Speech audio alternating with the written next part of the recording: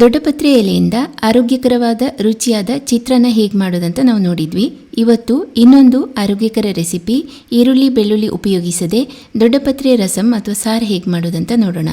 ನಮಸ್ಕಾರ, ಅಂಬಿಕಾ ಶೆಟ್ಟೀಸ್ ಕಿಚನ್ ಕನ್ನಡ ಚಾನೆಲ್ಗೆ ತಮಗೆಲ್ಲರಿಗೂ ಪ್ರೀತಿಯ ಸ್ವಾಗತ. ಮೊದಲೊಂದು ಬಾಣಲೆಗೆ 1 ದೊಡ್ಡ ಚಮಚ ಎಣ್ಣೆ ಹಾಕಬೇಕು. ಎಣ್ಣೆ ಬಿಸಿ ಆದಮೇಲೆ 1 ಚಮಚ ಕಾಳು ಮೆಣಸು, 3/4 ಚಮಚ ಜೀರಿಗೆ ಹಾಕಿದ್ದೇನೆ. ಇವೆರಡನ್ನು ಚೆನ್ನಾಗಿ ಹುರ್ಕೊಳ್ಬೇಕು. ಈ ಸಾರಿನಲ್ಲಿ ಕಾಳುಮೆಣಸೆ ಖಾರ, ಹಸಿಮೆಣಸು ಅಥವಾ ಒಣಮೆಣಸು ಹಾಕ್ತಾ ಇಲ್ಲ. ದೊಡ್ಡಪತ್ರೆ ಎಲೆ 10 ಎಲೆ ತಗೊಂಡಿದ್ದೇನೆ. ಕೈಯಲ್ಲೇ ಹೀಗೆ ಹರಿದು ಹಾಕ್ಬೋದು. ಇದನ್ನು ಒಂದು 2-3 ನಿಮಿಷ ಚೆನ್ನಾಗಿ ಬಾಡಿಸ್ಕೊಳ್ಬೇಕು. ದೊಡ್ಡಪತ್ರೆ ಎಲೆನ ಸಾಂಬ್ರಾಣಿ ಎಲೆ, ಸಾಂಬಾರ್ ಬಳ್ಳಿ ಅಥವಾ ಮೆಕ್ಸಿಕನ್ ಮಿಂಟ್ ಈ ಎಲ್ಲ ಹೆಸರುಗಳಿಂದ ಕರೀಲಾಗ್ತದೆ. ಇದರಿಂದ ನೀವು ಏನೆಲ್ಲ ರೆಸಿಪಿ ಮಾಡ್ತೀರಿ ಅನ್ನೋದನ್ನು ಖಂಡಿತವಾಗಿ ಕಮೆಂಟ್ ಮಾಡಿ ನಮಗೆ ತಿಳಿಸಿ. ನಾವು ಕೂಡ ಅದನ್ನು ಟ್ರೈ ಮಾಡಿ ನೋಡ್ಬೋದು.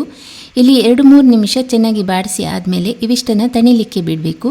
ತಣ್ಣದ ಮೇಲೆ ಕಾಳುಮೆಣಸು, ಜೀರಿಗೆ ಮತ್ತು ದೊಡ್ಡಪತ್ರೆ ಎಲೆಯ ಮಿಶ್ರಣನ ಮಿಕ್ಸಿ ಜಾರಿಗೆ ಹಾಕಿ ಸ್ವಲ್ಪ ಅದು ರುಬ್ಲಿಕ್ಕೆ ಎಷ್ಟು ಬೇಕೋ ಅಷ್ಟು ನೀರನ್ನು ಹಾಕ್ಕೊಂಡು ನುಣ್ಣಗೆ ರುಬ್ಬಿ ಪೇಸ್ಟ್ ಮಾಡ್ಕೊಳ್ಬೇಕು. ತುಂಬ ಸುಲಭವಾಗಿ ಮಾಡುವಂಥ ಸಾರಿದು. ಇದನ್ನು ನಾವು ಕುಡಿಲಿಕ್ಕೂ ಹಿತವಾಗಿರ್ತದೆ ಮತ್ತು ಬಿಸಿ ಅನ್ನದ ಜೊತೆ ಕೂಡ ಬಡಿಸ್ಕೊಂಡು ಊಟ ಮಾಡ್ಬೋದು. ಹೀಗೆ ರುಬ್ಬಿರುವ ನುಣ್ಣಗಿನ ಪೇಸ್ಟನ್ನು ಬಾಣಲೆಗೆ ಹಾಕಿ ಅದಕ್ಕೆ ನೀರು ಹಾಕ್ಕೊಳ್ಬೇಕು. ನಿಮಗೆ ಸಾರಿನ ಸ್ಥಿರತೆ ಎಷ್ಟು ಬೇಕು ಅಂತ ನೋಡಿಕೊಂಡು ನೀರು ಹಾಕಿ. ನಾನಿಲ್ಲಿ 2.5 ಕಪ್ ಆಗುವಷ್ಟು ನೀರು ಹಾಕಿದ್ದೇನೆ. 1/4 ಚಮಚ ಆಗುವಷ್ಟು ಉಪ್ಪು ಹಾಕಿದ್ದೇನೆ. ನಿಮ್ಮ ರುಚಿಗೆ ತಕ್ಕಷ್ಟು ಹಾಕ್ಕೊಳ್ಳಿ. 1/4 ಚಮಚ ಅರಿಶಿನ ಪುಡಿ, 1.5 ಚಮಚ ಆಗುವಷ್ಟು ಬೆಲ್ಲ ಹಾಕಿದ್ದೇನೆ. ನೀವು ಲಿಂಬೆ ರಸದ ಬದಲು ಹುಣಸೆಹಣ್ಣು ಉಪಯೋಗಿಸೋದಾದರೆ ಹುಣಸೆಹಣ್ಣಿನ ರಸನ ಇದೇ ಸ್ಟೇಜ್ನಲ್ಲಿ ಹಾಕ್ಕೊಳ್ಬೇಕು. ಚೆನ್ನಾಗಿ ಕಲಕಬೇಕು. ನಾನು ಹುಣಸೆಹಣ್ಣು ಹಾಕ್ತಾ ಇಲ್ಲ, ಅದರ ಬದಲು ಲಿಂಬೆ ರಸ ಹಾಕ್ತಾ ಇದ್ದೇನೆ. ಅದನ್ನು ನಾನು ಕೊನೆಯಲ್ಲಿ ಹಾಕ್ತೇನೆ. ಚೆನ್ನಾಗಿ ಕಲಕಿ ಆದಮೇಲೆ ಅದು ಉಕ್ಕಬಾರ್ದಂತ ಒಂದು ಸೌಟ್ ಇಟ್ಟಿದ್ದೇನೆ. ಮುಚ್ಚಳ ಮುಚ್ಚಿ 5 ನಿಮಿಷ ಮಧ್ಯಮ ಉರಿಯಲ್ಲಿ ಕುದಿಸ್ಕೊಳ್ಬೇಕು.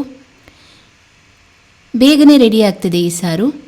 ಮತ್ತು ಶೀತ, ನೆಗಡಿ, ಕೆಮ್ಮು ಆದಾಗ, ಜ್ವರ ಬಂದಾಗ ಅಥವಾ ಬಾಯಿ ರುಚಿ ಕೆಟ್ಟು ಹೋದಾಗ ಅಷ್ಟೇ ಅಲ್ಲ, ಮಳೆಗಾಲದಲ್ಲಿ ಚಳಿಗಾಲದಲ್ಲಿ ಎಲ್ಲ ಕುಡಿಲಿಕ್ಕೆ ಹಿತವಾಗಿರ್ತದೆ. ಒಗ್ಗರಣೆಗೆ 1 ಚಮಚ ಎಣ್ಣೆ ಬಿಸಿ ಮಾಡಿ, 1/2 ಚಮಚ ಸಾಸಿವೆ ಸಿಡಿದ ಮೇಲೆ 8-10 ಕರಿಬೇವಿನ ಎಲೆ, ಚಿಟಿಕೆ ಇಂಗು ಹಾಕಿದ್ದೇನೆ. ಇಲ್ಲಿ ನೀವು ಒಣಮೆಣಸು ಮತ್ತು ಬೆಳ್ಳುಳ್ಳಿ, ಜಜ್ಜಿರು ಬೆಳ್ಳುಳ್ಳಿ ಕೂಡ ಹಾಕಿ ಹುರಿಬೋದು. ನಾನು ಹಾಕ್ತಾ ಇಲ್ಲ, ಯಾಕಂದರೆ ನಾನು ಇದನ್ನು ಕುಡಿಲಿಕ್ಕೆ ಸೂಕ್ತವಾಗಿರೋ ಹಾಗೆ ಮಾಡಿದ್ದೇನೆ. ಸಾರಿಗೆ ಒಗ್ಗರಣೆ ಹಾಕಿದ ಮೇಲೆ ಸಣ್ಣಗೆ ಹೆಚ್ಚಿರೋ ಕೊತ್ತಂಬರಿ ಎಲೆ, ಸೊಪ್ಪು ಮತ್ತು 2 ದೊಡ್ಡ ಚಮಚ ಆಗೋಷ್ಟು ಲಿಂಬೆ ರಸ ಹಾಕಿದರೆ ಆಯಿತು. ಗ್ಯಾಸ್ನ ಈಗ ನಾನು ಆಫ್ ಮಾಡ್ಕೊಂಡಿದ್ದೇನೆ. ಲಿಂಬೆ ರಸ ಹಾಕುವಾಗ ಲಿಂಬೆ ರಸ ಹಾಕಿದ ಮೇಲೆ ಅದನ್ನು ಕುದಿಸೋದು ಬೇಡ, ಕೊನೆಯಲ್ಲಿ ಹಾಕ್ಕೊಂಡ್ರೆ ಸಾಕು. ಚೆನ್ನಾಗಿ ಕಲಕಿದ್ರೆ ಆಯಿತು. ರುಚಿಯಾಗಿರ್ತದೆ ಇದು ಕುಡಿಲಿಕ್ಕೂ ಕೂಡ ಮತ್ತು ಅನ್ನದ ಜೊತೆ ಬಡಿಸ್ಕೊಂಡು ಊಟ ಮಾಡಲಿಕ್ಕೆ. ನೀವು ಕೂಡ ಮಾಡಿ ನೋಡಿ. ಆರೋಗ್ಯಕರವಾದ ರೆಸಿಪಿ. ಇನ್ನೊಂದು ರುಚಿಯಾದ ಅಡುಗೆ ವಿಧಾನದೊಂದಿಗೆ ನಾನು ಮತ್ತೆ ಬರ್ತೇನೆ. ನಿಮ್ಮೆಲ್ಲರ ದಿನ ಶುಭವಾಗಿರಲಿ. ಧನ್ಯವಾದಗಳು.